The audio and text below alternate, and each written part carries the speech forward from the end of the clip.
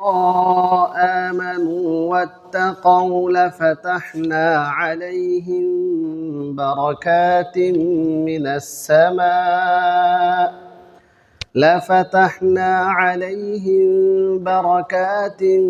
من السماء والأرض ولكن كذبوا فأخذناهم بما كانوا يكسبون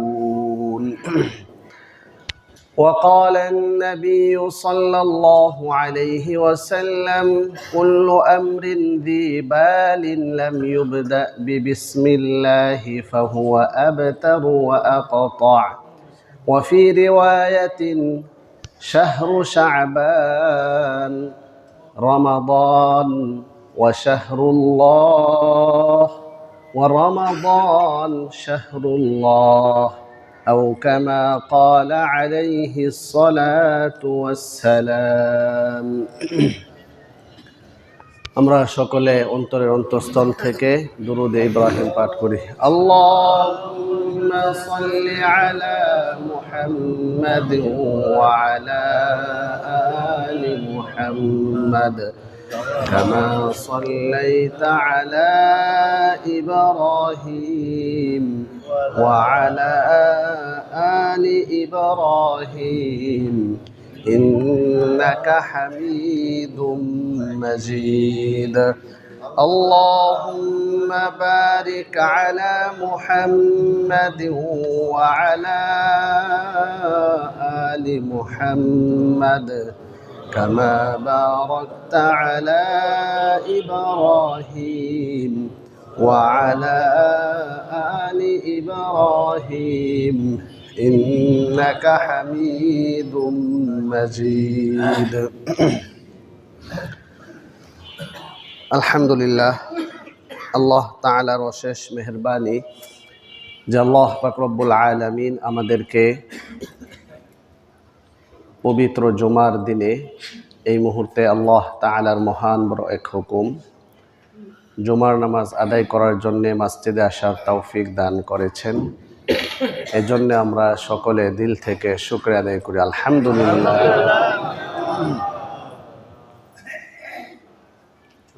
আল্লাহ পাক রব্বুল আলামিন আমাদেরকে সৃষ্টি করে দুনিয়াতে পাঠিয়েছেন একমাত্র আল্লাহ তাআলার ইবাদত করার জন্য আল্লাহ তাআলার গোলামি করার জন্য সৃষ্টি জগতের মধ্যে আশরাফুল মাখলুকাত সৃষ্টির শ্রেষ্ঠ হিসাবে আল্লাহ তাআলা ঘোষণা দিয়েছেন মানব এবং জিন জাতিকে আল্লাহ তাআলার একমাত্র সৃষ্টি মানুষ যে মানুষকে আল্লাহ পাক রব্বুল আলামিন কথা বলার শক্তি দান করেছেন বোঝার যোগ্যতা দান করেছেন আল্লাহ পাক রব্বুল আলামিন অনেকগুলো শক্তি দান করেছেন ভালো মন্দ পার্থক্য করার যোগ্যতা মহান আল্লাহ তাআলা মানুষকে দান করেছেন যার কারণে মানুষই হচ্ছে একমাত্র পরীক্ষামূলক সৃষ্টি পরীক্ষামূলক সৃষ্টি আল্লাহ পাক রব্বুল আলামিন কোনো প্রাণী জগৎকে করে নাই পরীক্ষামূলক সৃষ্টি আল্লাহ পাক রব্বুল আলামিন কোনো ফেরেশতাকুলকে করে নাই একমাত্র সাকালান মানব জাতি এবং জিন জাতিকে আল্লাহ পাক রব্বুল আলামিন পরীক্ষামূলক সৃষ্টি করেছেন সৃষ্টি জগতের সকল সৃষ্টি মানবের উপকারের জন্য করেছেন আর একমাত্র মানুষকে সৃষ্টি করেছেন আল্লাহ তাআলার গোলামি করার জন্য তো আল্লাহ তাআলার ইবাদতের মধ্য থেকে গুরুত্বপূর্ণ ইবাদত জুমার নামাজ জামাতে আদায় করার উদ্দেশ্যে এবং সে সম্পর্কে কোরআন ও হাদিস থেকে কিছু আলোচনা শোনার ব্যবস্থা যেহেতু আল্লাহ তাআলা করেছেন এজন্য আমরা আবারও শুকরিয়া আদায় করি আলহামদুলিল্লাহ আমরা গত জুমায় মেরাজের শিক্ষা সম্পর্কে আলোচনা করেছিলাম তার আগের জুমায়ও তো আজকে ইনশাআল্লাহ কোরআন ও হাদিসের আলোকে বরকতপূর্ণ জীবন লাভের উপায় সম্পর্কে আমরা জানব ইনশাআল্লাহ অল্প সময়ে কোরআন ও হাদিসের আলোকে বরকতময় জীবন আমরা মানুষ হিসাবে সবাই আরাম চাই সুখ চাই শান্তি চাই এটা সকল মানুষের চাহিদা মানুষ একমাত্র সৃষ্টি যার মধ্যে আল্লাহ তাআলা বিপরীতমুখী দুইটা শক্তি দান করেছেন। বলেন কয়টা শক্তি দান করেছেন? দুইটা, তাও আবার বিপরীতমুখী। আল্লাহ পাক রব্বুল আলামিন বলেন ফাআলহামাহা ফুজুরাহা ওয়া তাকওয়াহা, যে আল্লাহ তাআলা মানুষকে মন্দ এবং ভালো পার্থক্য করার যোগ্যতা দান করেছেন। মন্দ কাজ করার যোগ্যতা আল্লাহ তাআলা মানুষকে দান করেছেন, ভালো কাজ করার যোগ্যতা মানুষকে দান করেছেন। বিষয়টা সহজে বোঝার জন্যে যে আল্লাহ তাআলা মানুষের মধ্যে দুইটা শক্তি দান করেছেন। একটা শক্তির নাম হচ্ছে প্রবৃত্তি, আরেকটি শক্তির নাম হচ্ছে প্রকৃতি। অথবা আমরা এভাবে বলতে পারি ধর্মীয় কোরআনের ভাষা, সেটি হচ্ছে একটি হলো নফস, আরেকটি হলো কলব। আল্লাহ তাআলা মানুষের মধ্যে দুইটা জিনিস দান করেছেন, একটা নাম হচ্ছে কি নফস, আরেকটা জিনিসের নাম কি কলব বা অন্তর। তো মানুষের সমস্যার উৎপত্তি স্থল হচ্ছে নফস। সমস্যার মূল কেন্দ্র কি? নফসের চাহিদা পূরণ করা। আর 2 নম্বর সমাধানের উৎস এবং সমাধানের একটা কেন্দ্রবিন্দু হচ্ছে মানুষের অন্তর, কলব। এই দুইটা শক্তি আল্লাহ তাআলা মানুষকে দান করেছেন। কোরআন হচ্ছে আল্লাহ তাআলার পক্ষ থেকে নাজিলকৃত সন্দেহমুক্ত গ্রন্থ, যা মানব জাতির হেদায়েতের জন্য, মানব জীবনের সমস্যার সমাধানের জন্য হচ্ছে কি মহাগ্রন্থ আল কোরআন। তো এই কোরআনে আল্লাহ পাক রব্বুল আলামিন আমাদেরকে যে গাইডলাইন দিয়েছেন, যে নির্দেশনা দিয়েছেন, তোর মধ্য থেকে গুরুত্বপূর্ণ একটি নির্দেশনা হচ্ছে আল্লাহ তাআলা বলেন, আমি আপনাদের সামনে যে আয়াত তেলাওয়াত করেছি, যে সূরাতুল আ'রাফ এর 96 নং আয়াত, এই আয়াতের আলোকে ইনশাআল্লাহ আমরা জীবনে কিভাবে বরকত লাভ করতে পারি, জীবনে কিভাবে বরকত আসতে পারে, সেই বিষয়গুলো নিয়ে আমরা আলোচনা করব। আয়াতের অনুবাদ একটু খেয়াল করবেন। আয়াতখানা হচ্ছে সূরাতুল আ'রাফ এর 96 নং আয়াত। এই আয়াতের সাথে আমাদের আজকের আলোচনা, এবং আমরা এখন আরবি মাসে, যেই মাসে উপনীত হয়েছে, এই মাসের নাম হচ্ছে শাবান মাস। মাসের নাম কি? শাবান। আরবিতে 12টি মাসের প্রত্যেকটা নামের নামকরণ আছে। শাবানকে শাবান মাস কেন নামকরণ করা হয়েছে? রমাদান মাস, সে রমাদানকে কেন রমাদান বলে নামকরণ করা হয়েছে, তার একটা কারণ আছে। শাবান শব্দের অর্থ হচ্ছে বিস্তৃতি লাভ, সমৃদ্ধি লাভ, ছড়িয়ে ছিটিয়ে যায়, বিস্তৃত হয়, এটাকে আরবিতে শাব বলে, শাবান। তো এই জন্য আনাস রাদিয়াল্লাহু তাআলা আনহু বলেছেন, ওয়া ইন্নামা সুমিয়া শাবান লিআন্নাহু ইয়ানশাবিউ ফীহি খায়রুন কাসীর। শাবানকে এই জন্য শাবান বলা হয় যেহেতু এই মাসে অনেক কল্যাণ আসে, এবং রমাদান মাসের পূর্ব প্রস্তুতি, কল্যাণ প্রাপ্তির একটা প্রস্তুতির মাস হচ্ছে শাবান মাস। তো এই শাবান মাসে, রমাদান মাসের পূর্ব প্রস্তুতির মাস। রাসূল বলেন শাবানু শাহরি ওয়া রমাদান শাহরুল্লাহ, যে শাবান মাস হচ্ছে আমার মাস, আর রমাদান হচ্ছে আল্লাহ তাআলার মাস। এর অনেকগুলো ব্যাখ্যা আছে, এর মধ্যে একটি ব্যাখ্যা হচ্ছে শাবান মাসে রোজা রাখা হচ্ছে সুন্নত, আর রমাদান মাসে রোজা রাখা হচ্ছে ফরজ। তো এই জন্য রাসূল বলেন শাবান আমার মাস, রমাদান আল্লাহ তাআলার মাস। শাবান মাস আসলে রাসূল করিম সাল্লাল্লাহু আলাইহি ওয়াসাল্লাম বেশি বেশি রোজা রাখতেন। জিজ্ঞেস করা হলো, আপনি শাবান মাসে এত রোজা রাখেন? তখন তিনি বললেন যে শাবান মাস হচ্ছে সমৃদ্ধির মাস, শাবান মাস হচ্ছে রমাদানের পূর্ব প্রস্তুতির মাস। আর শাবান মাস যেহেতু রমাদান মাসের পাশে আগে, এই জন্য শাবান মাসও একটি সম্মানিত মাস। শাবান মাসে রয়েছে বরকত। তো এই কারণে বরকত বলতে আমরা কি বুঝি? এই আয়াতে আল্লাহ পাক রব্বুল আলামিন বরকতের কিছু বিষয় উল্লেখ করেছেন। বরকত শব্দটা আরবিতে বারাকা, বাংলাতে বরকত বলে এই শব্দটা আমাদের কাছে পরিচিত একটি শব্দ। আল্লাহ তাআলা রহমত, বরকত, আল্লাহ তাআলা আমাকে অনেক বরকত দান করেছেন। তো এই বরকত কাকে বলে? বরকতহীনতা কি, বরকত প্রাপ্তি কি, বিশেষ বরকত পাওয়ার জন্য আমাদের করণীয় কি? এই কয়েকটি কথা। সূরাতুল আরাফ এর 96 নং আয়াতে আল্লাহ পাক রব্বুল আলামিন বলেন, আউযু বিল্লাহি মিনাশ শাইতানির রাজিম, বিসমিল্লাহির রহমানির রহিম। ولو أن أهل القرى آمنوا واتقوا لفتحنا عليهم بركات من السماء والأرض ولكن كذبوا فأخذناهم بما كانوا يكسبون। তার অনুবাদ হলো, যদি অধিবাসীরা, গ্রামের বা শহরের অধিবাসীরা যদি ঈমান আনত আর তাকওয়া অবলম্বন করত, যদি নগরবাসী ঈমান আনত এবং তাকওয়া অবলম্বন করত, লাফাতাহনা আলাইহিম বারাকাতিম মিনাস সামাই ওয়াল আরদ, আসমান থেকে জমিন থেকে অগণিত বরকতের রাস্তা আমি খুলে দিতাম। সুবহানাল্লাহ। দেখেন, আল্লাহ তাআলা বলছেন, যদি ঈমান আর তাকওয়া অবলম্বন করত তাহলে আল্লাহ তাআলা আসমান থেকে বরকত নাজিল করতেন, জমিন থেকে বরকত নাজিল করতেন। তাহলে আসমান থেকে কি কি বরকত আমরা পাই, জমিন থেকে কি কি বরকত পাই, আর এই বরকত প্রাপ্তির জন্য এখানে একটি শর্ত করলেন। শর্তটা কি? যদি ঈমান আনত আর তাকওয়া অবলম্বন করত। তাহলে কি বোঝা যাচ্ছে আয়াত থেকে?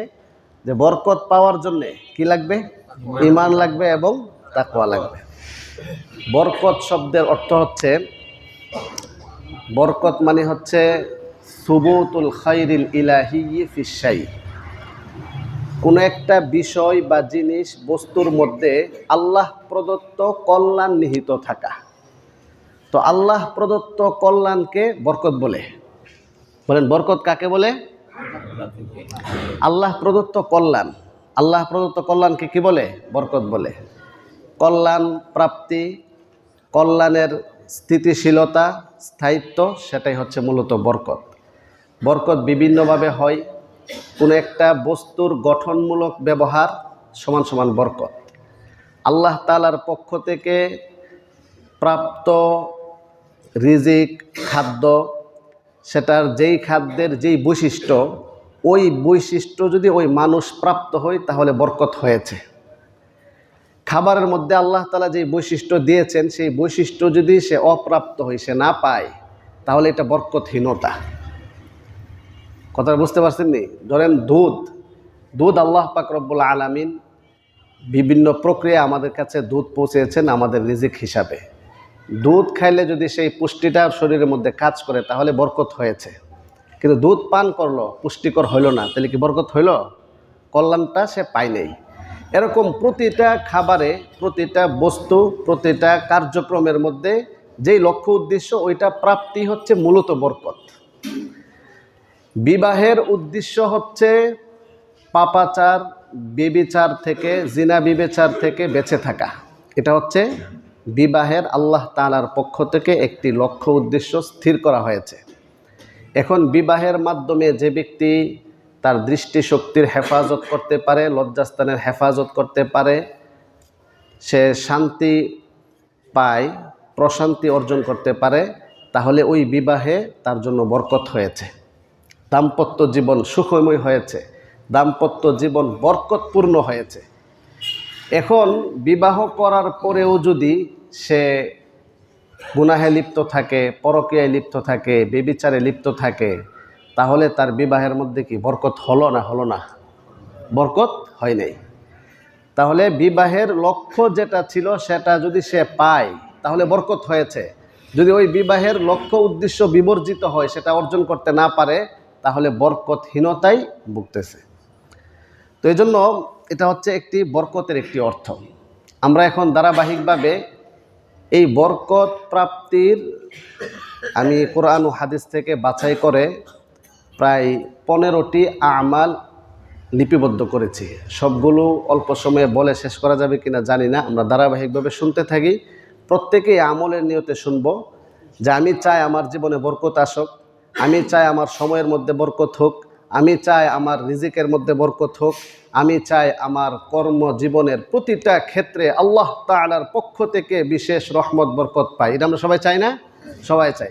তাহলে এখানে যেই আমালগুলোর কথা বলা হবে আমরা সবগুলো ইনশাআল্লাহ আমলের নিয়তে বরকত প্রাপ্তির উদ্দেশ্যে মনোযোগের সাথে শুনবো, প্রচারের নিয়তে শুনবো। আল্লাহ তাআলা আমাদের সবাইকে তৌফিক দান করুন। এক নাম্বার বরকত প্রাপ্তির এক নাম্বার আমল যেটা কোরআনে এই সূরাতুল আরাফের ৯৬ নং আয়াতে উল্লেখ করেছেন সেটা হচ্ছে ঈমান, তাকওয়া, তাওয়াক্কুল।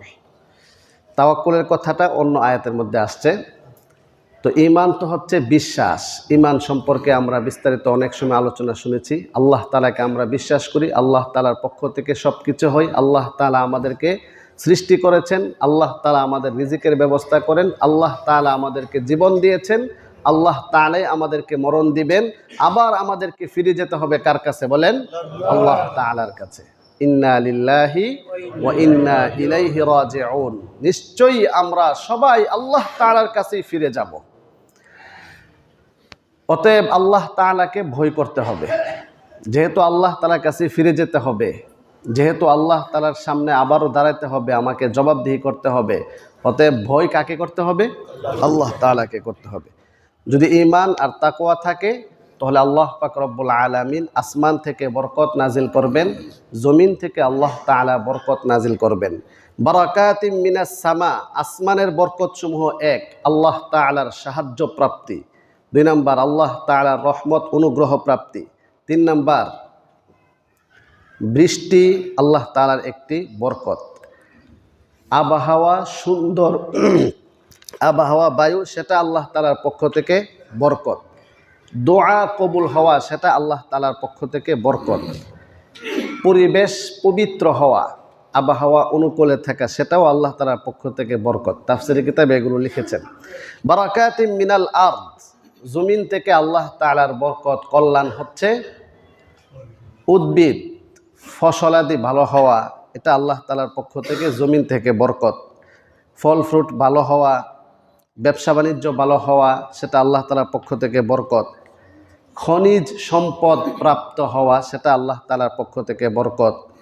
জীবন উপকরণ, গঠনমূলক উপকরণ, উপকারী উপকরণ প্রাপ্ত হওয়া সেটা আল্লাহ তাআলার পক্ষ থেকে বরকত।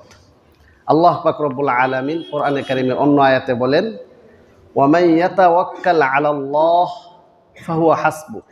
যে ব্যক্তি আল্লাহ তাআলার উপর ভরসা করবে আল্লাহ তাআলাই তার জন্য যথেষ্ট হবে। এজন্য জীবনের প্রতিটি কাজে আমাদের সবাইকে একমাত্র আল্লাহ তাআলার উপর তাওয়াক্কুল আর ভরসা করার তৌফিক দান করুন। আমিন। কোরআনে বর্ণিত ২ নাম্বার আমল, বরকতময় জীবন পাওয়ার জন্যে জীবনের প্রতিটি ক্ষেত্রে আল্লাহ তাআলার পক্ষ থেকে কল্যাণপ্রাপ্ত হওয়ার দ্বিতীয় আমল হচ্ছে কাসরাতুল ইস্তিগফার। বেশি বেশি ইস্তিগফার করা, আল্লাহ তাআলার কাছে ক্ষমা চাওয়া। সূরাতুন নূহ আমরা কম বেশি নাম শুনেছি। সেই সূরাতুন নূহ এর মধ্যে নূহ আলাইহিস সালাম তার সম্প্রদায়কে ইস্তিগফারের যে উপদেশটি দিয়েছিলেন এবং যেই লাভের কথাগুলো বলেছিলেন সেগুলো আল্লাহ পাক রব্বুল আলামিন সূরাতুন নূহ এর মধ্যে খুব সুন্দরভাবে উল্লেখ করেছেন। আল্লাহ পাক রব্বুল আলামিন বলেন, فَقُلْتُ اسْتَغْفِرُوا رَبَّكُمْ إِنَّهُ كَانَ غَفَّارًا يُرْسِلِ السَّمَاءَ عَلَيْكُمْ مِدْرَارًا। নূহ আলাইহিস সালাম তার সম্প্রদায়কে বলেছিলেন, ইস্তাগফিরু রাব্বাকুম, তোমরা তোমাদের রবের কাছে ক্ষমা প্রার্থনা করো, ইস্তেগফার করো। কি লাভ হবে? ১ নাম্বার, ইন্নাহু কানা গাফফারা, তিনি ক্ষমাশীল, তিনি তোমাদেরকে ক্ষমা করে দিবেন। যত বড়ই অপরাধ হোক না কেন, পাপ করুক না কেন, সে যখন একনিষ্ঠতার সাথে আল্লাহ তাআলার কাছে আত্মসমর্পণ করে আল্লাহ তাআলার কাছে কায়মুনু বাক্যে ইস্তেগফার করবে তো আল্লাহ পাক রব্বুল আলামিন তাকে শুধু ক্ষমা করবেন এমন নয়, তার ইস্তেগফারের কোয়ালিটি যদি ভালো হয়, ইস্তেগফার যদি বাস্তব ভিত্তিক হয়, এই কথাটা আমাদেরকে খুবই বুঝতে হবে যে ইস্তেগফার বাস্তব ভিত্তিক হওয়া। বলেন ইস্তেগফারটা কি ভিত্তিক হওয়া? বাস্তব ভিত্তিক হয় 3 ভাবে করলে। কয়ভাবে? 3 ভাবে। 1, জবানে ইস্তেগফার, জবানে স্বীকৃতি দেওয়া যে আল্লাহ আমি অপরাধ করেছি, আমি তোমার কাছে ক্ষমা চাই, আস্তাগফিরুল্লাহ, আমি আল্লাহ তাআলার কাছে ক্ষমা চাই, এই কথাটা জবানে স্বীকৃতি দেওয়া এবং অন্তর থেকে, বাস্তবেই অন্তর থেকে বিশ্বাসের সাথে সেই স্বীকৃতিটা দেওয়া এবং যেই কাজ থেকে আমি আল্লাহ তাআলার কাছে ক্ষমা চাচ্ছি সেই কাজ থেকে বিরত থাকা, যে হারাম কাজ থেকে, যে গুনাহের কাজ থেকে আমি আল্লাহ তাআলার কাছে ক্ষমা চাচ্ছি সেটা থেকে বিরত থেকে। এখন যদি এমন হয় যে আমি আল্লাহ তাআলার কাছে ক্ষমা চাচ্ছি কিন্তু আমি সুদের সাথে জড়িত, আমি হারাম কাজে লিপ্ত, এরপরে আমি আল্লাহর কাছে ইস্তেগফার করি আল্লাহ আমি আর জীবনে কাজ করব না, অথচ এটার সাথে আমি জড়িত, তাহলে এই ইস্তেগফারটা বাস্তব ভিত্তিক হয় নাই। বলে ইস্তেগফারটা কি হয় নাই? বাস্তব ভিত্তিক হয় নাই, কার্যত হয় নাই। জবানে হয়েছে, কাহারও অন্তরের দ্বারা হয়েছে, কিন্তু বাস্তব ভিত্তিক কার্যত কর্মকেন্দ্রিক বিরত থেকে হয় নাই, তাহলে এই ফলাফল পাওয়া যাবে না। এই জন্য আল্লাহ পাক রব্বুল আলামিন আমাদের সবাইকে বেশি বেশি ইস্তেগফার এবং সেটা বাস্তব ভিত্তিক করার তৌফিক আল্লাহ তাআলা সবাইকে দান করুন। এক নম্বর। দুই নম্বর যেটা বলতেছিলাম যে এই বাস্তব ভিত্তিক ইস্তেগফার করলে শুধু গুনাহ মাফ করবেন এমন না, কি করবেন সেটা আল্লাহ পাক রব্বুল আলামিন সূরাতুল ফুরকান 19 নম্বর পারা 4 নম্বর পৃষ্ঠায় খুব চমৎকারভাবে বলেছেন যে ইল্লা মান তাবা ওয়া আমানা ওয়া আমিলা আমালান সালিহান ফাউলাইকা ইউবাদদিলুল্লাহু সাইয়্যাতিহিম হাসানাত। যে সকল বান্দারা ঈমান আনবে, নেক আমল করবে এবং বাস্তব ভিত্তিক তওবা ইস্তেগফার করবে, তো আল্লাহ পাক রব্বুল আলামিন বলেন ফাউলাইকা ইউবাদদিলুল্লাহু সাইয়্যাতিহিম হাসানাত, সে যে গুনাহের কাজগুলো করেছিল সেগুলো আল্লাহ পাক রব্বুল আলামিন বিশেষ দয়া দ্বারা, নেক দ্বারা পরিবর্তন করে দিবেন। সুবহানাল্লাহ, কত বড় একটা প্রাপ্তি! আল্লাহ তাআলা গফফারের প্রয়োগটা কি পরিমাণ করেন। এজন্য আল্লাহ তাআলা আমাদের সবাইকে তওবা ইস্তেগফার বাস্তব ভিত্তিক করার তৌফিক দান করুন। 2 নম্বর আল্লাহ তাআলা বলেন ইউরসিলিস সামাআ আলাইকুম মিদরারা, ইস্তেগফার করলে আল্লাহ পাক রব্বুল আলামিন আসমান থেকে মুষলধারে বৃষ্টি বর্ষণ করাবেন। 3 নম্বর ওয়ায়ুমদিদকুম বিআমওয়াল, আল্লাহ তাআলা সম্পদ বৃদ্ধি করে দিবেন। বলেন সম্পদ বৃদ্ধি করে দিবেন। তাহলে কি বোঝা যাচ্ছে? অভাব অনটন একটি সমস্যা, তার সমাধান ইস্তেগফার।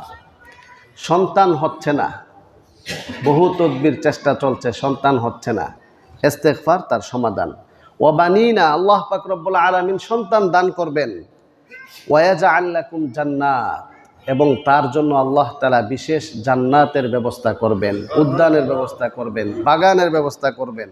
ওয়া ইয়াজআল লাকুম আনহারা, এবং সেখানে আল্লাহ পাক রব্বুল আলামিন তার জন্য স্পেশাল মনোরম দৃশ্য সম্বলিত নহর প্রবাহিত করবেন। সুবহানাল্লাহ। তো আল্লাহ পাক রব্বুল আলামিন আমাদের সবাইকে বেশি বেশি ইস্তেগফার করার তৌফিক দান করুন। ইস্তেগফার করলে আল্লাহ তাআলার পক্ষ থেকে কল্যাণ প্রাপ্ত হওয়া যায়, বরকত পাওয়া যায়। 3 নম্বর তিলাওয়াতুল কোরআনিল কারীম, কোরআনে কারীম তিলাওয়াত করলে আল্লাহ পাক রব্বুল আলামিন বিশেষ রহমত বরকত দান করেন। কি করলে বলেন? কোরআন হচ্ছে বরকতময় কিতাব। আল্লাহ তাআলা বলেন কিতাবুন আনজালনাহু মুবারাকুন, এমন এক বরকতপূর্ণ গ্রন্থ তোমাদের জন্য নাজিল করেছি। যেই ব্যক্তি লিয়াতাদাব্বারু আয়াতিহি ওয়া লিয়াতাযাক্কারা উলুল আলবাব, যারা এই কোরআনের উপদেশ গ্রহণ করবে, কোরআনকে নিয়ে গবেষণা করবে, কোরআন চর্চা করবে, তো আল্লাহ পাক রব্বুল আলামিন তাদের জন্য বিশেষ বরকত নাজিল করবেন। সুবহানাল্লাহ, এটা খুবই একটি গুরুত্বপূর্ণ বিষয়। কোরআনের সাথে যার সম্পর্ক যত বেশি হবে, কোরআনের আজমত মুহাব্বত যার অন্তরে যত বেশি হবে, কোরআন চর্চা যে যত বেশি করবে, কোরআনের অনুপাতে জীবনযাপন যে যত বেশি করবে, সে আল্লাহ তাআলার পক্ষ থেকে বিশেষ বিশেষ কল্যাণ প্রাপ্ত হবে।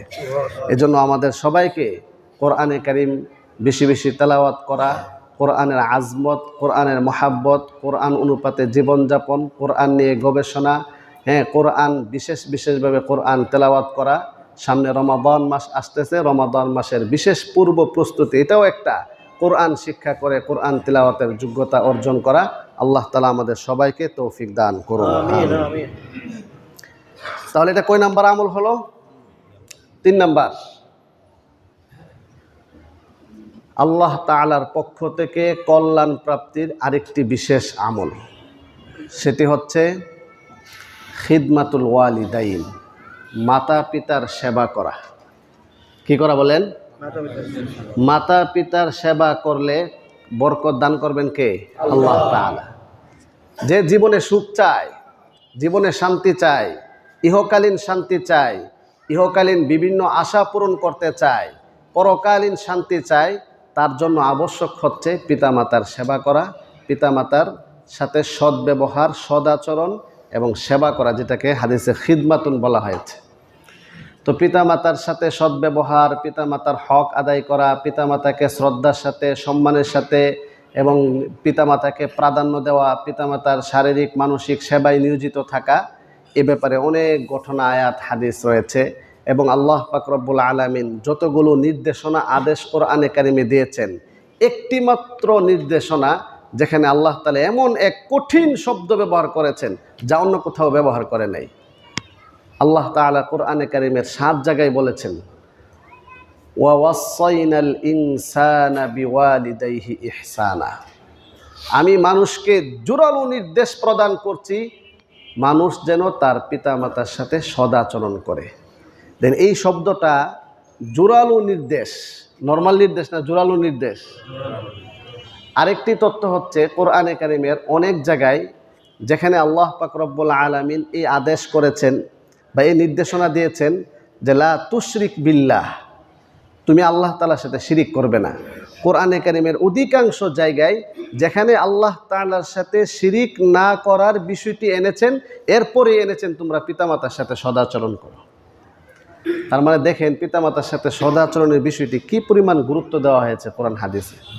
এই জন্য আমরা যদি সমাজে, ব্যক্তি জীবনে, পারিবারিক জীবনে, সামাজিক জীবনে আমরা শান্তি পেতে চাই, এটা একটা বিশেষ আমল কোরআন সুন্নাহ মধ্যে, যে পিতামাতার সেবা করা, পিতামাতার শ্রদ্ধা, মানসিক শারীরিক বিষয়গুলো পূরণ করার জন্য সর্বোচ্চ চেষ্টা করা। আল্লাহ তাআলা আমাদের সবাইকে তৌফিক দান করুন। বরকত প্রাপ্তির 5 নাম্বার আমল হিফাজতুল আওকাত, সময়ের সদ্ব্যবহার করা। বলেন, সময়ের সদ্ব্যবহার করা। পৃথিবীতে যত সফল মানুষ আছে, জাগতিক সফল, ধর্মীয় সফল, যে কোনো সফলতা অর্জনের জন্যে তার চেষ্টা, পরিশ্রম, সাধনা, অধ্যবসায় আছে। চেষ্টা, পরিশ্রম, সাধনা, অধ্যবসায় ছাড়া, মেহনত পরিশ্রম ছাড়া সে সফল হয়ে যায় এমন বিরল ঘটনা নাই।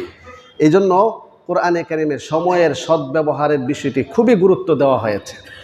সময়কে অপচয় না করা, সময়ের সদ্ব্যবহার করা। কোরআন হাদিসে এ ব্যাপারে অনেকগুলো নির্দেশনা আসছে। সূরাতুল মুমিনুনের মধ্যে মুমিনের সফলতা এবং বৈশিষ্ট্যগুলো উল্লেখ করতে গিয়ে আল্লাহ তাআলা বলেন, ওয়াল্লাযীনা হুম আনিল লাগভি মুআরিদুন। সফল তারা যারা অনর্থক কর্মকাণ্ড, কথা, কাজ থেকে বিরত থাকে, সময়ের হেফাজত করে, তারা হচ্ছে সফল। তাহলে আল্লাহ তাআলাও কোরআনে কারিমে সফলতার বর্ণনা দিয়েছেন যারা সময়ের হেফাজত করে, সময়কে যারা সদ্ব্যবহার করে, সময়কে যারা নষ্ট না করে, তাদেরকে আল্লাহ তাআলা সফলতার কথা বলেছেন, বরকত প্রাপ্তির কথা বলেছেন। তো আল্লাহ তাআলা আমাদের সবাইকে সময়ের সদ্ব্যবহার করার তৌফিক দান করুন। আমিন। 6 নাম্বার, কোরআন সুন্নাতে বরকত প্রাপ্তির জন্য বরকতময় জীবন লাভের উপায় হিসাবে উল্লেখ করা হয়েছে দান, সাদাকা, সাদাকাতুন। এ ব্যাপারে অনেক আয়াত হাদিস রয়েছে। কোরআনে সাদাকা শব্দটি ব্যাপক। ফরজ দান, ফরজ সাদাকা, নফল সাদাকা আছে। কোরআনে ফরজ সাদাকাকে অন্য ভাষায় বলা হয়েছে জাকাত। তোমরা জাকাত আদায় করো, তাহলে তোমার সম্পদের মধ্যে বরকত হবে, সম্পদ পবিত্র হবে। তাহলে সম্পদে বরকত হওয়া, সম্পদ কল্যাণকর হওয়া, এই সম্পদে বৃদ্ধি হওয়া এবং এই সম্পদ পবিত্র হওয়ার মাধ্যম হিসাবে আল্লাহ তাআলা উল্লেখ করেছেন জাকাত আদায় করবে এবং সাদাকা, দান, খায়রাত করবে। যে ব্যক্তি জাকাত আদায় করবে তার সম্পদ হালাল হবে, তার সম্পদ পবিত্র হবে, তার সম্পদ বৃদ্ধির গ্যারান্টি দিয়েছেন আল্লাহ পাক রব্বুল আলামিন। কিন্তু এই বিষয়টা আমরা উপলব্ধি করি না। এই কারণে সমাজের অধিকাংশ মানুষ আমরা জাকাত দিতে অবহেলা করে থাকি। অথচ আল্লাহ তাআলা এমন এক সিস্টেম ব্যবস্থাপনা দিয়েছেন, যদি বাস্তবিক পক্ষে সবাই জাকাত আদায় করে তাহলে সমাজে কোনো দরিদ্র ব্যক্তি, অভাব অনটন, ফকির মিসকিন থাকবে না। এটা হলো আল্লাহ তাআলার নিজাম, বাস্তবতা। এই জন্য আল্লাহ পাক রব্বুল আলামিন আল্লাহ তাআলার পক্ষ থেকে সম্পদ আমানত, আল্লাহ তাআলার পক্ষ থেকে সম্পদ নিয়ামত, এই সম্পদের যথাযথ ব্যবহার, গঠনমূলক ব্যবহার করলে বরকত দান করবেন কে বলেন? আল্লাহ তাআলা বরকত দান করবেন। এখানে আনুষঙ্গিকভাবে একটি গুরুত্বপূর্ণ কথা আমাদেরকে খেয়াল রাখতে হবে, এটা আজকের আলোচনার একটি ফোকাস পয়েন্ট, যে সম্পদের আধিক্যতা, সম্পদ বৃদ্ধি হওয়া, এটাকে আমরা অনেকেই বরকত মনে করি, কিন্তু এটা একটা শর্ত সাপেক্ষতার সাথে বরকত হবে। হারাম পন্থায় মাল উপার্জন সেটা বরকত নয়। আমি আবার বলছি, হারাম পন্থায় যদি মালের আধিক্যতা আসে, সম্পদের আধিক্যতা আসে, টাকা পয়সার আধিক্যতা আসে, সুদ ঘুষের সাথে জড়িত হয়ে যদি তার আধিক্যতা আসে, তাহলে আল্লাহ পাক রব্বুল আলামিন তাকে যে বিশেষ বরকত দান করবেন সেটা নয়। এই জন্য এই কথাটা আমাদেরকে বুঝতে হবে যে সম্পদের বৃদ্ধি, আধিক্যতা আল্লাহ তাআলার পক্ষ থেকে নিয়ামত কখন, বরকত কখন হবে? যখন সেটা হালাল পন্থায় হবে, নাকি হারাম পন্থায়? হালাল পন্থায়। এই জন্য আল্লাহ তাআলা এটাকে ফরজ করেছেন, জ্ঞান চর্চাকে ফরজ করেছেন, অর্থনৈতিক সমস্যা সমাধানের জন্য আল্লাহ তাআলা ফরজ করেছেন তলাবু কাসবিল হালাল ফারিদাতুন বাদা ফারিদাহ। হালাল ইনকাম একটি ফরজের পরে গুরুত্বপূর্ণ একটি ফরজ হচ্ছে হালাল ইনকাম। এদিকে তলব শব্দ ব্যবহার করেছেন ইলমের ক্ষেত্রে, তলাবুল ইলম, জ্ঞান অন্বেষণ যেমন ফরজ, হালাল ইনকাম তেমন ফরজ করেছেন। তো আল্লাহ তাআলা আমাদের সবাইকে সচেতন হয়ে হালাল ইনকামের দিকে এগিয়ে যাওয়ার তৌফিক দান করুন, আমিন। 7 নাম্বার আমল খুবই গুরুত্বপূর্ণ, যা আমরা অনেকে অবহেলা করে থাকি, আমরা অনেকে অসচেতন থাকি। কাজ করছি ঠিক, কিন্তু এই আমলটা করি না, জানি না কত পার্সেন্ট। কিন্তু আজকের এই ঘোষণা শোনা থেকে আমরা সবাই নিয়ত করতে পারি, জীবনে বহু কাজ কর্ম দৈনন্দিন আমরা করে থাকি, কিন্তু আজকে এখন যে আমলটা বলা হবে, আমাদের সবাইকে আমলের সাথে আজকে থেকে ইনশাআল্লাহ পাক্কা নিয়ত করি, আমরা সবাই এখন এই আমলটা যেটা বলা হবে এটা আমরা সবাই করব ইনশাআল্লাহ। শুনেন, সেটা হলো হাদিস শরীফে রাসূল করিম সাল্লাল্লাহু আলাইহি ওয়াসাল্লাম ইরশাদ করেছেন, কুল্লু আমরিন যী বালিন লাম ইবদা বিবিসমিল্লাহি ফাহুয়া আবতারু ওয়া আখতা। প্রত্যেক ভালো কাজ যা বিসমিল্লাহ দ্বারা শুরু করা হয় না, ওই কাজ বরকত শূন্য আর বরকত মুক্ত হয়। তাহলে এর বিপরীত কি দাঁড়ালো? যেই কাজের সূচনাতে বিসমিল্লাহ বলা হবে, যেই কাজ বিসমিল্লাহ দ্বারা শুরু করা হবে, ওই কাজের মধ্যে রহমত বরকত কে দান করবেন বলেন? আল্লাহ তাআলা দান করবেন। এই জন্য কোরআনে কারিমের সর্বপ্রথম সূরার প্রথম আয়াত, যেই প্রথম আয়াত নাজিল হয়েছে সূরাতুল আলাক, সেখানে আল্লাহ তাআলা নির্দেশনা এভাবে দিয়েছেন, ইকরা বিসমি রব্বিকাল্লাযী খালাক। পড়ুন আপনার রবের নামে যিনি সৃষ্টি করিয়াছেন। তো সৃষ্টি জগতের প্রতিটা কাজ করার ক্ষেত্রে রবের নামে করতে হবে, বিসমিল্লাহ বলে করতে হবে, তাহলেই ওই কাজের মধ্যে আল্লাহ তাআলা কি দান করবেন? বরকত দান করবেন। তাহলে জীবনে বরকতময় হওয়া, সময়ে বরকত হওয়া, কাজে বরকত হওয়া, রিজিকে বরকত হওয়া, সম্পদ উপার্জনে বরকত হওয়া, ব্যবসা বাণিজ্যে বরকত হওয়া, প্রতিটি কাজে বরকত পাওয়ার জন্য কি দ্বারা শুরু করতে হবে? বিসমিল্লাহ দ্বারা শুরু করতে হবে। চাই সেই কাজটা জাগতিক হোক, চাই সেই কাজটা ধর্মীয় হোক, প্রতিটা কাজ আল্লাহ তাআলার নামে হতে হয়। উযুর শুরুতে বিসমিল্লাহ বলা বিশেষ সুন্নাহ। হাদিস শরীফে আসছে, লা wudu'a লিমান লাম ইয়াযকুর ইসমাল্লাহ। যে ব্যক্তি উযুর শুরুতে বিসমিল্লাহ বলল না, তার এটা তো কোনো উযুই না, তার উযুটা পূর্ণতা লাভ করবে না, উযুর যে রহমত বরকত সেটা সে প্রাপ্ত হবে না। এজন্য বিসমিল্লাহ বলে প্রতিটি কাজ শুরু করা। আল্লাহ তাআলা আমাদের সবাইকে তৌফিক দান করুন, আমিন। 8 নাম্বার বিশেষ একটি আমলের কথা আসছে। বুখারী শরীফের হাদিসের মধ্যে 2037 নং হাদিসে, 67 নং হাদিসে আল্লাহর রাসূল সাল্লাল্লাহু আলাইহি ওয়াসাল্লাম বর্ণনা করেন, রাসূল বলেন, মান আহাব্বা আন ইয়াবসুতা লাহু ফি রিজকিহি ওয়া আন ইয়ানসাআলাহু ফি আসারিহি ফালইয়াসিল রাহিমাহু। যে ব্যক্তি চায় তার রিজিকের প্রশস্ততা হোক, যে ব্যক্তি চায় তার জীবনে বরকত আসুক, তার আয়ু বৃদ্ধি হোক, তার হায়াতে বরকত পাক, এটা যদি কেউ চায়, ফালইয়াসিল রাহিমাহু, তাহলে সে যেন তার আত্মীয়তার সম্পর্ক অটুট রাখে, আত্মীয় স্বজনের সাথে সুসম্পর্ক রাখে।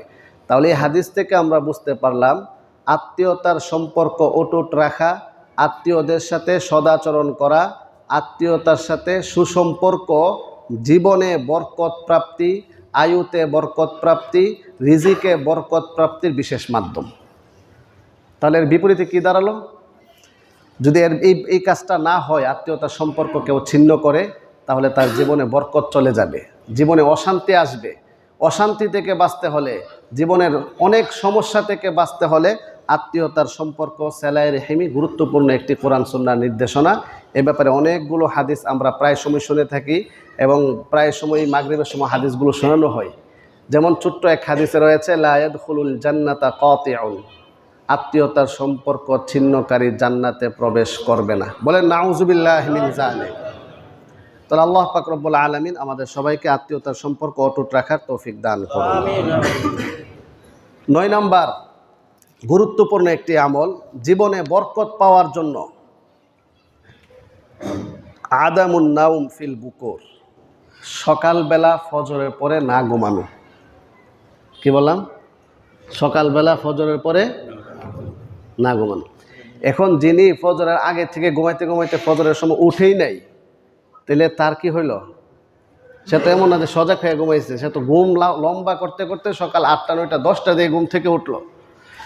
তো আল্লাহর রাসূল সাল্লাল্লাহু আলাইহি ওয়াসাল্লাম দোয়া করেছেন, আল্লাহুম্মা বারিক লি উম্মতি ফি বুকুরিহা। আল্লাহ, হে আল্লাহ, আপনি আমার উম্মতের দিনের যে সূচনা সকাল, এই সকালের যে সময়টা, এটার মধ্যে আপনি বিশেষ বরকত দান করুন। তো রাসূল উম্মতের জন্য দোয়া করলেন ফজরের পরে দিনের সূচনার সময়ে বরকতের জন্য। আর ওই সময়ে যদি আমরা ঘুমিয়ে থাকি তাহলে বরকত হবে? তো এই কারণে এ ব্যাপারে আরও অনেকগুলো নির্দেশনা আছে যে সকালবেলা ফজরের পরে যে ঘুমায় তার জন্য রিজিকের বরকত নষ্ট হয়ে যায়। এ কারণে ফজরের পরে বলতে কি, এটা একটু ব্যাখ্যা সাপেক্ষ আছে। কেউ যদি এশরাকের পরে ঘুমায় প্রয়োজন অনুপাতে, এটা হতে পারে, তাহলে এই হাদিসের আওতার ভিতরে সে পড়বে না। কিন্তু ফজরের সালাত পড়ার সাথে সাথে যদি ঘুমিয়ে থাকে আর ফজরের নামাজ না পড়ে যদি ঘুমিয়ে থাকে, তাহলে তো তার সময়ের বরকত, রিজিকের বরকত, দাম্পত্য জীবনের বরকত নষ্ট হয়ে যাবে। এই জন্য আল্লাহ পাক রব্বুল আলামিন আমাদের সবাইকে ফজরের পরের যে গুরুত্বপূর্ণ সময়, সেই সময়ের সদ্ব্যবহার করার তৌফিক দান করুন, আমিন। 10 নম্বর আরেকটি বিশেষ আমলের কথা হাদিসে আসছে, সেটা হলো খাবার খাওয়ার সময় যদি কোনো খাবার পড়ে যায় প্লেট থেকে, বর্তন থেকে, পাত্র থেকে, হাত থেকে, তাহলে সেই খাবারটা উঠিয়ে পরিষ্কার করে খেলে আল্লাহ পাক রব্বুল আলামিন বরকত দান করেন। সুবহানাল্লাহ। এটা স্পষ্ট নির্দেশনা আসছে। অনেক লম্বা হাদিসের শেষের অংশ বলা হয়েছে, ফাইন্নাকুম লা তাদরুনা ফি আইয়ি তুআমিকুম আল বারাকা, তোমরা জানো না যে খাবারের কোন অংশটাতে বরকত আছে। অতএব সে খাবারকে নষ্ট না করে যখন খাবারটা পড়ে যাবে সেটা উঠিয়ে সুন্দরভাবে পরিষ্কার করে খাবারটা গ্রহণ করো, এতে করে আল্লাহ তাআলা বরকত দান করবেন। 11 নম্বর একটি লম্বা হাদিসের অংশ, বুখারী শরীফের 2079 নং আয়াতে রাসূল করিম সাল্লাল্লাহু আলাইহি ওয়াসাল্লাম ইরশাদ করেছেন, ব্যবসা এবং বেচা কেনা, ক্রয় বিক্রয়, বেচা কেনায় সততা অবলম্বন বিশেষ রহমত আর বরকত প্রাপ্তির লক্ষণ। সুবহানাল্লাহ। হাদিসের একটু এবারত শুনে, সময় তো শেষের দিকে, রাসূল লম্বা হাদিসের বর্ণনা দিকে পরে বলেন, ক্রেতা বিক্রেতা ফাইন সাদাকা ওয়া বায়্যানা, ক্রেতা বিক্রেতা যদি উভয়ে সততা অবলম্বন করে এবং সেটা সুস্পষ্টভাবে বর্ণনা দেয়, কোনো কারচুপি না করে, তাহলে বুরিকা লাহুমা ফি বাইইহিমা, তাদের ক্রয় বিক্রয়ের মধ্যে বিশেষ বরকত দান করা হয়। সুবহানাল্লাহ। তাহলে ব্যবসা বাণিজ্যে যিনি ক্রেতা, যিনি বিক্রেতা, বিক্রেতাও যেরকম মিথ্যার আশ্রয়, প্রতারণায় আশ্রয় নেবে না, ক্রেতাও না। তো বিক্রেতা প্রতারণায় আশ্রয় নেওয়ার তো অনেকগুলো সুযোগ আছে, ওজনে কম দেওয়া, মালের বাস্তবতাটা না বলা এবং মিথ্যার আশ্রয় নেওয়ায় কথা বলা যে হুজুর এটা আমার কিনা দাম, এটা আমার কিনা দাম এত, এই যে মিথ্যার আশ্রয় নেওয়া। ক্রেতা মিথ্যার আশ্রয় কিভাবে নিবে? যিনি ক্রেতা সেও যদি কথা বলে কিছুদিন আগে আমি এটা কিনে নিয়ে আসলাম 200 টাকা, আর আপনি বলতেছেন 300 টাকা, অথচ সে কিছুদিন আগে এটা কিনে নেয়, এখানেও যদি সে মিথ্যার আশ্রয় নেয় তাহলে রাসূল বলেন বরকত শূন্য হয়ে যাবে, বরকত উঠে যাবে। অন্য হাদিসে স্পষ্টভাবে আসছে আত্তাজিরুস সাদুকুল আমিন, যে ব্যক্তি বিশ্বস্ত সত্য ব্যবসায়ী, সততার সাথে ব্যবসা করে, তার হাসর নাসর হবে নবীদের সাথে, সিদ্দিকদের সাথে, শুহাদাদের সাথে, সলিহিন নেককার বান্দাদের সাথে। সুবহানাল্লাহ। এজন্য আজকে আমরা যে হাদিস শুনেছি বুখারী শরীফের 2079 নং হাদিস আমরা যা শুনলাম, আল্লাহ তাআলা আমাদের সবাইকে এই মোটামুটি কয়টি আমল আমরা শুনলাম? 11টি। এখানে আরও আছে ইনশাআল্লাহ, বাকিগুলো পরে শুনবো। কোরআন এবং হাদিস থেকে আমরা 11টি আমল শুনছি। জীবনে সুখ শান্তি পেতে হলে, জীবনে বরকত পেতে হলে এই আমালগুলো করতে হবে। আমি সংক্ষিপ্তভাবে আবারও বলছি, যারা পরে আসছেন বাহিরে আছেন একটু শুনেন। আজকের জুমার বয়ানে কোরআন ও হাদিস থেকে বরকতময় জীবন লাভের লক্ষ্যে, বরকত প্রাপ্তির লক্ষ্যে কিছু আমলের কথা বলা হয়েছে 11টি। 1 নম্বর হচ্ছে ঈমান, তাকওয়া, তাওয়াক্কুল। 2 নম্বর বেশি বেশি ইস্তেগফার করা। 3 নম্বর কোরআনে কারীম তেলাওয়াত করা। 4 নম্বর মাতা পিতার সেবা করা, যত্ন করা। 5 নম্বর সময়ের সদ্ব্যবহার করা। 6 নম্বর যাকাত দান খায়রাত দেওয়া। 7 নম্বর হচ্ছে প্রতিটি কাজের শুরুতে বিসমিল্লাহ বলে কাজ শুরু করা। 8 নম্বর আত্মীয়তার সম্পর্ক ঠিক রাখা। 9 নম্বর হচ্ছে সকালবেলা ফজরের পরে না ঘুমানো। 10 নম্বর হচ্ছে খাবার খাওয়ার সময় সুন্নত তরিকা খাবার খাওয়া, খাবার পরে গেলে সেটা পরিষ্কার করে আবার খাবার উঠিয়ে খাওয়া। 11 নম্বর হচ্ছে ব্যবসা বেচা কেনা, ক্রেতা বিক্রেতা উভয়ে সততা অবলম্বন করা। আল্লাহ পাক রব্বুল আলামিন আমাদের সবাইকে উক্ত আমলগুলো যথাযথভাবে করে নিজের জীবনকে বরকতময় করার তৌফিক দান করুন। ওয়া আখিরু দাওয়ানা আলহামদুলিল্লাহি রাব্বিল আলামিন। যারা সুন্নত নামাজ পড়েনি